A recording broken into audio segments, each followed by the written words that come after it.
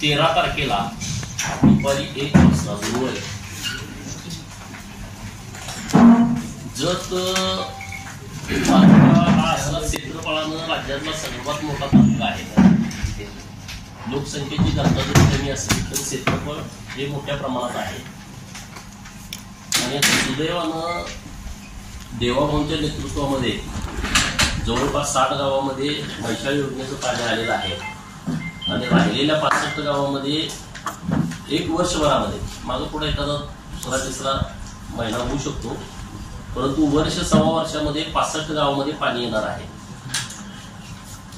इथला शेतकरी हा किमान 5 एकराच्या पुढचा शेतकरी आहे, मग काय 10 आहेत काय 20 आहेत, मोठ्या प्रमाणात तिची आम्ही आकडेवारी काढलेली आहे। तर जेव्हा पाणी येईल तेव्हा रस्त्याचे प्रश्न गंभीर होत आहेत। आता जवळपास 85 शेतकऱ्यांच्या रस्त्याच्या संदर्भातल्या केसेस या माननीय तहसीलदार साहेबांच्याकडे सुरू आहेत। काही प्रांत साहेबांच्याकडे असतील, काही डेप्युटी कलेक्टरकडे असतील, अपीलमध्ये गेलेले। मी विधानसभेला जेव्हा उमेदवार म्हणून तालुक्यामध्ये फिरलो तेव्हा सर्वात जास्त लोकांच्या मागण्या आल्या की आम्हाला सीमेवरचे रस्ते पाहिजेत, पालन रस्ते पाहिजेत। आमचं एखादं घर आहे जे 2 किलोमीटर 3 किलोमीटर लांब आहे गावापासून, तिकडे जायला मला वाट नाही आहे। ह्या बाबी खूप समोर आल्या। आम्हाला विहीर पाहिजे, जमीन आहे पण विहीर नाही। विहिरीचं प्रकरण मोठ्या प्रमाणात मंजूर होत नाही तालुक्याच्या हिशोबानं, किंवा जनावरांची गोठे पाहिजेत, फळ लागवड करण्याची आमची तयारी आहे, त्याला रोजगार हमीतून जी योजना आहे ती आम्हाला मिळाली पाहिजे। आणि म्हणून आम्ही सर्वजण आमचे प्रमुख लोक बसून याचा विचार केला की 2017 नंतर जत तालुक्यामध्ये रोजगार हमीचं काम झालं नाही। कारण आहे ते तुम्हाला सगळे विषय माहित आहेत, त्यात कोणाला आपल्याला जायचं नाही। आणि म्हणून मी राज्याचे मुख्यमंत्री माननीय देवाभाऊ, उपमुख्यमंत्री माननीय एकनाथ शिंदे साहेब यांच्याकडे हा विषय मांडला। रोजगार हमी खात्याचे मंत्री माननीय भरतसिंग गोगावले यांना भेटलो 2-3 वेळा। देवाभाऊनी आणि एकनाथ शिंदे साहेबांनी त्यांच्याशी चर्चा केली आणि आमची विनंती त्यांनी मान्य केली।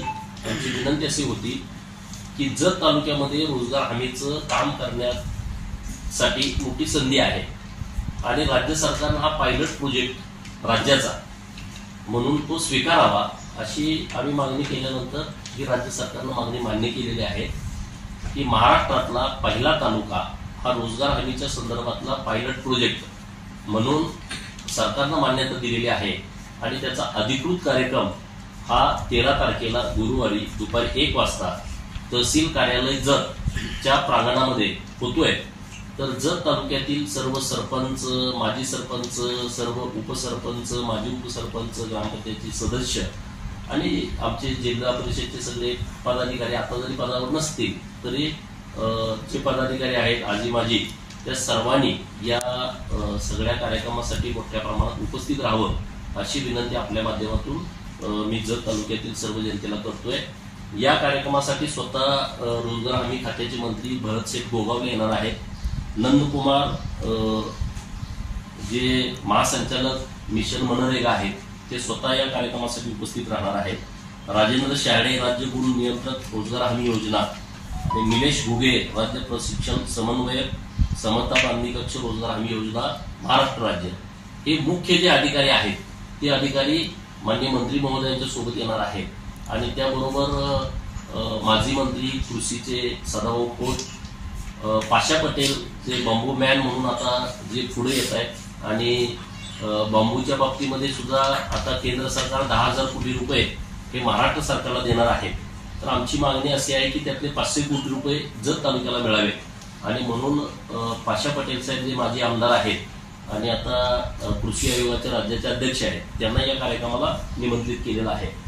आपल्या जिल्ह्याचे जिल्हाधिकारी माननीय राजा दयानिधी, आपल्या जिल्हा परिषदचे सीईओ माननीय तृप्ती दोडमिसे, रोजगार हमीचे डेप्युटी कलेक्टर, आपले प्रांत साहेब, आपले तहसीलदार साहेब, आपल्या पंचायत समितीचे बीडीओ, आपल्या पंचायत समितीचे बीडीओ आणि बाकीचे सगळे अधिकारी या कार्यक्रमाला उपस्थित राहणार आहेत। तर माझी जत तालुक्यातल्या सर्व लोकांना म्हणजे आपल्या विरोधात लोक असतील त्यांनाही माझे हात जोडून विनंती आहे, जर आपल्याला जत तालुक्यासाठी काही करायचं असेल तर ही योजना आपल्याला मोठ्या प्रमाणात मदत करू शकते. जवळपास 57,000 जॉब कार्ड आता मी तुमच्याशी बोलत असताना आता आपल्या जत तालुक्यामध्ये आहेत. राज्य सरकारचं धोरण असं आहे की एका जॉब कार्डला 1 वर्षामध्ये राज्य आणि केंद्र सरकार मिळून 50,000 रुपये खर्च करता येतो. आणि सरकारची आता अशी तयारी आहे, जर पायलट प्रोजेक्ट आपण जर तालुका करत आहोतच तर आपण 50,000ची अट वाढवून ती 70,000पर्यंत घेऊन जाऊ शकतो. 70,000पर्यंत जर खर्चाची मर्यादा गेली तर जवळपास 350 पावणे 400 कोटी रुपये आपल्याला या वर्षामध्ये जत तालुक्यामध्ये खर्च करता येतील. म्हणजे आता पत्रकार मित्रांची सुद्धा यामध्ये फार मोठी मदत आवश्यक आहे. आपल्याला खूप मोठ्या प्रमाणामध्ये बदल करण्याची एक संधी राज्य सरकारच्या माध्यमातून मिळते. तर त्याचं सोनं आपण सगळ्यांनी एकत्रितपणे केलं पाहिजे.